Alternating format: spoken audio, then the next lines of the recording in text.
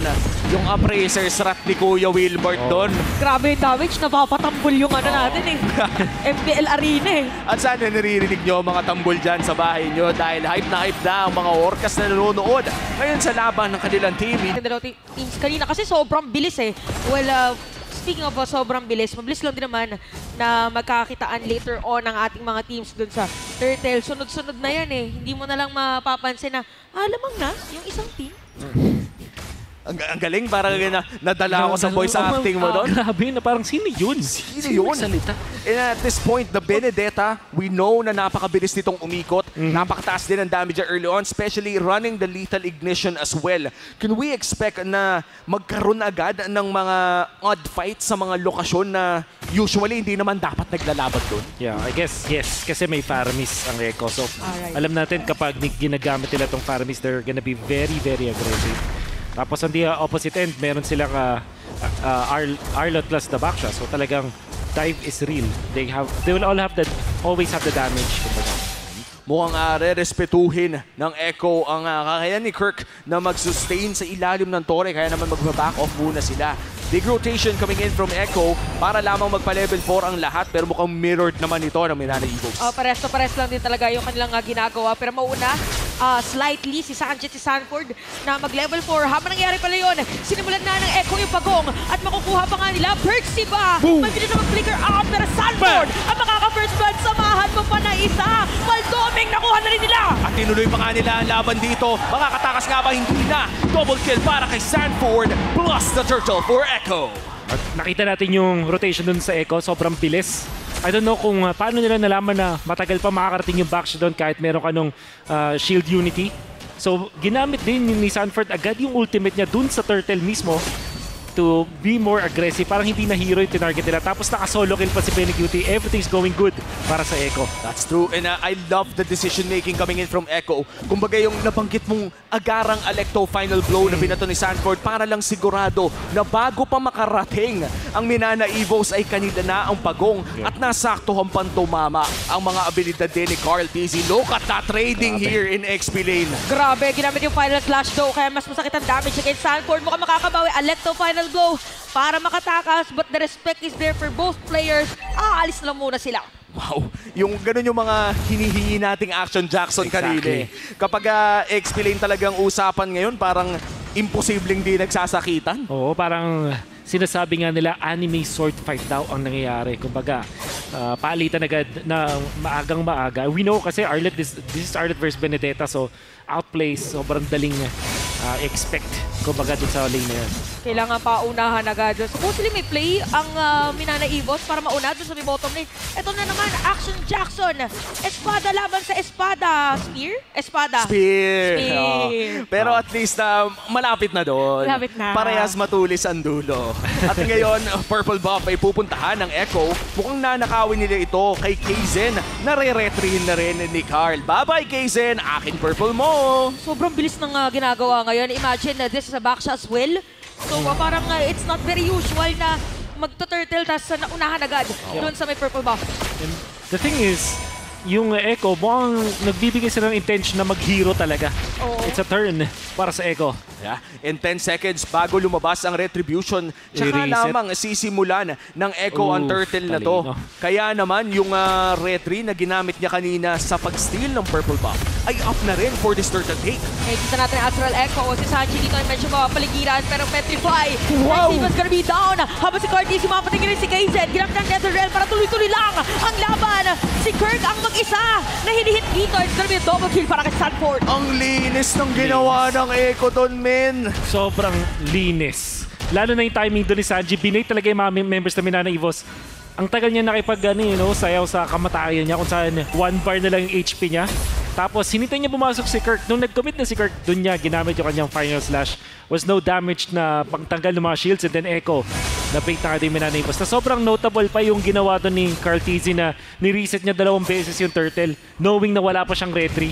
Talagang na-bait yung Minana Evos. Wow, hindi lang malinis yung micro, malinis din yung macro. Kumbaga parang alam nila kung kailan i-delay, alam nila kung kailan i-GG. And this time around, Electo final blow to clear. Nako, nahuli si Sanji na walang ulti. Oo, pero mabilis lang din naman. Since this is gonna be a Faramis, pero yung kailangan namin na Evos dito, yung pa isa, nakukuha ng mga kills. Pero nakakuha din ng isa dun sa may bandang ibaba na Torre. Dito ang Echo, makakasalubong pa nga. Detonas welcome. Nakita na natin dito, Percival makakaset up play ba? Makakapag-flicker out at hindi nakaabot dito ang mga ibang players ng Echo. Oh! Abot pala! Merong flicker, tapos Minowan's Fury dun sa ilalim ng Torre. Kasi Percival dito ay makakapag-counterplay, pero hindi. Sanji with that Shadow Stampede. At itutuloy pa nga ata ni Kirk, nahila pa pabalik na Petri, mukhang hindi na nga mabubuhay ang Architect. Tatlo ang nawala at grabe yung setup. Kaninong may kasalanan yung play na yun? Kasalanan ni JP yung 3 kill sa Minana. Oh, 100% yung flicker na yun. Sobrang ganda nung timing kasi parang hindi mo talaga madadodge at hindi mo ma-expect. Gamit yung animation transfer with that flicker. Tapos, nakita pa natin si Sanji doon popping yung kanyang Netherrealm. Tamang timing at sinalupan niya yung final slash ng up close and personal kay Kirk para hindi talaga mawala yung tali. Doon niyang Shadow Stampede. Converting for more kills para sa Echo. And yung CC chain na ginagawa ng Echo dito, biruin mo, akala ko tapos na eh. Akala ko makakagalaw na sila, biglang pop! Petri. Oh, tsaka dumiretso pa, flicker na gamit na rin. It's really more of the confidence na pinapakita ng Echo dito. Kaya naman na turtle objective pa lang, ganito na agad. Kalaki ang kalamangan at hindi na makakasilip pa ang mga Tigre para sa objective na yan. And wow, kanina no, nung game 1, napakabilis ng Echo Express. Pero ito wala ng Louis and Chip, 7 minutes, 9 kills na agad. To compare, 12 kills, 7 minutes yung kanina. 3 kills lang yung difference at wala silang Louis chip dito sa game na to. Ang dahilan kung ba't nangyari yan dun sa mastery nila with the Faramis as a team kung gano'n sila ka-aggressive. Tapos ito, Minotaur, JP Hero na alam natin kabisado din ni JP, pati na rin ng entirety ng Echo. Tapos yung Minana Evos kasi ang kanilang naging solution dito is going to be the Ruby plus the Novaria. Novaria hindi naman siya ganun ka bilis talaga when it comes to tempo. And Sanford. Grabe si Sanford at sa ilalim ng Torre ginamit pa kay Ayun na. Petrify! Sapat ba? Wow, Meron na wow! Hinabol ni Sanji dito para makakuha ng kill. Si Tommy ang makukuha nila. Percival laban sa 3, sapat ba? Hindi, killing spree na para kay Benny Cutie. At hindi pa ata makakauwi dito si Kirk. It's a 1v1 with a great one. Anime sword bite pero ipapasabukas na niya. Sanford bumalik pa. Killing spree para kay Faramis. When? Yun na yun! Tuloy-tuloy lang talaga ang ginagawa na Echo. Talagang hindi nakakahinga ang mga players dito na Minana Evos. And to think na walang flicker nun si Sanji, he didn't have to commit it. Talaga mabilis lang. Tapos nag-pop na kanyang ultimate. We can see it through the replay. Watch out for the sandwich play or yung pinch na ginawa nung Echo. Meron nandun sa taas yan si Sanford. Tapos nandun na pala si Carl. And then ginaggle nila yung Torre this time. Sanford surviving after this. Lalo na dahil sa ginawa nun ni Sanji. Tapos out of nowhere, nandun na si Benny Cutie. At pwedeng i-dive kasi nandun pa yung Netherrealm. And si Perks, kung yun ay XP lane or Golden Ruby, siguro nakakuha siya ng 3 kills but it wasn't. Roamer na Ruby yung natira sa moment na yun. And even under the turret, hindi sila nakakuha ng kill. San duo is real.